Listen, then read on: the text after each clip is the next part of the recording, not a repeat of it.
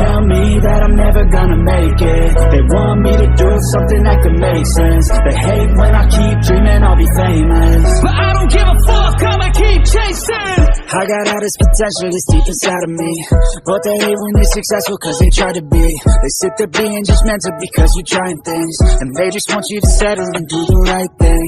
So get a good job, don't slack off. Wake up every morning, make a good impression on your boss. Don't do anything that I wouldn't do, and when you're making money, make sure you don't spend it too soon. Fuck that, I'll do what I wanna do. I got a different path from everyone, and that includes you. Who are you to tell me how to live life? In these times it feels like nobody is right, yeah. So I'ma figure out what else to succeed, and then invest all of my time into that and proceed.